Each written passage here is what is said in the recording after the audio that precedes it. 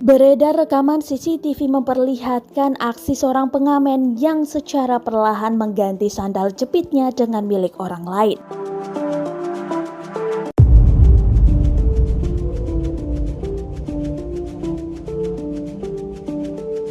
Video itu diunggah salah satunya akun Instagram @fakta.indo Senin 10 Januari 2022.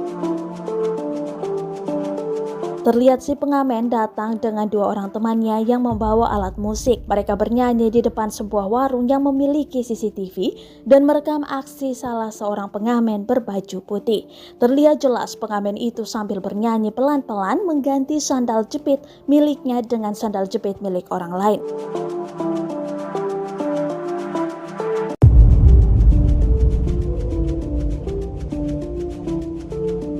Warganet pun merasa lucu atas aksi pengamen tersebut. Bahkan salah satu warganet berkomentar bahwa yang dilakukan pengamen itu merupakan kriminal halus.